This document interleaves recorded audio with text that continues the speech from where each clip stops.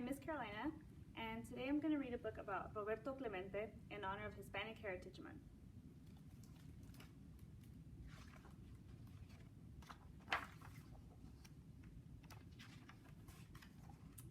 My father is the president of the greatest fans of Roberto Clemente Club, Boogie Down Bronx chapter. Ask my father why he named me Clemente.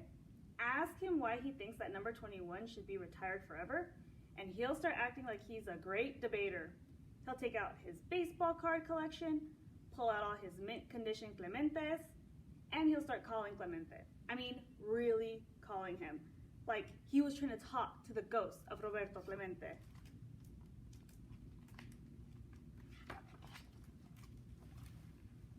Clemente, Clemente, it's us, tu gente. Clemente, Clemente, Prince of Baseball, Diamante. Clemente, Puerto Rican Prince Clemente, Hall of Fame Clemente.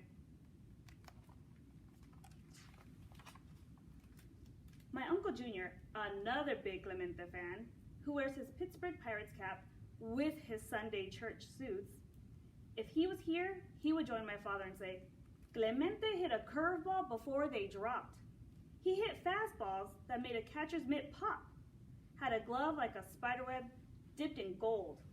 High ball hitter, sink ball hitter, spit ball hitter, never swing at the first pitch kind of hitter. Who else got a hit in every game of the World Series? Then he points to me and says, when your teacher takes attendance and she calls Clemente, you stand up and say, presente. For Hero Day at school, I'm going to pick Clemente because I know all the facts. I memorized all the stats. And I can tell you todo, everything. From his rookie season with the Brooklyn Dodgers to his last at-bat.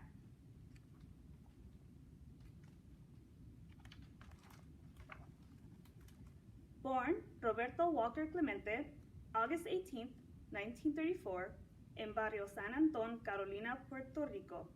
Roberto was the baby varón of Luisa and Melchor's 7 children, 6 boys, 1 girl. And by the time he learned to walk, he was throwing something, a can, a tomato, a rag ball, hitting bottle caps against a wall. By the time he was 18, one scout said Clemente was the best athlete he had ever seen.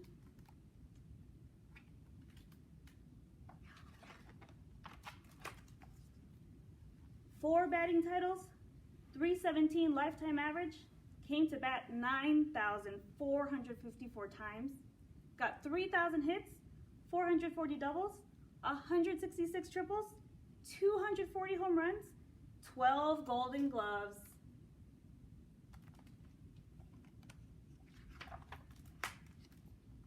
And a statue in the Hall of Fame. Roberto Clemente was born to play the game.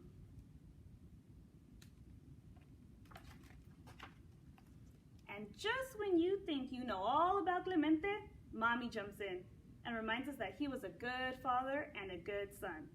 Because right in the middle of celebrating the World Series, Clemente interrupted the broadcaster and said, and before I say anything in English, I like to say something to my mother and father in Puerto Rico. En el día más grande de mi vida, para los nenes la bendición mía, y que mis padres me echen la bendición.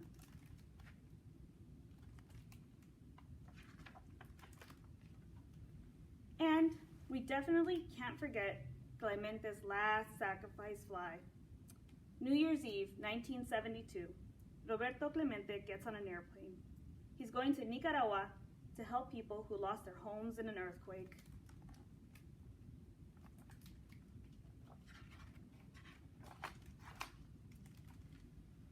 The plane never got across the ocean. It was too heavy. It had too many boxes of food and clothes, medicine and toys. The plane crashed into the water and Roberto disappeared.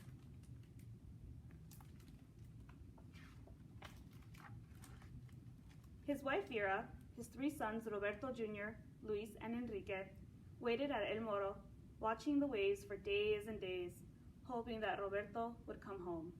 The whole island cried for our hero, nuestro tesoro.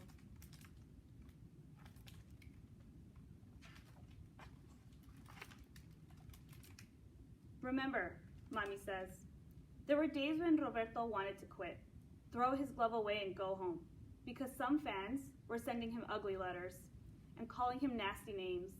But he never gave up. Nunca abandonó su sueño. And they named bridges and schools after him, parks and pools after him.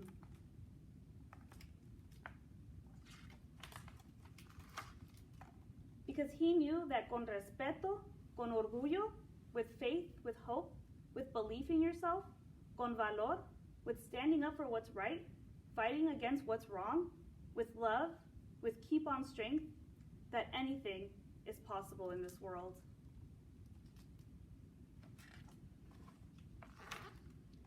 Even being one of the greatest baseball players that ever lived. And that, my love, Mommy says to me, hugging me until I'm dizzy, is why we named you Clemente. Thank you for listening. If you'd like to check out more books on Roberto Clemente or any other biographies, make sure to visit our website.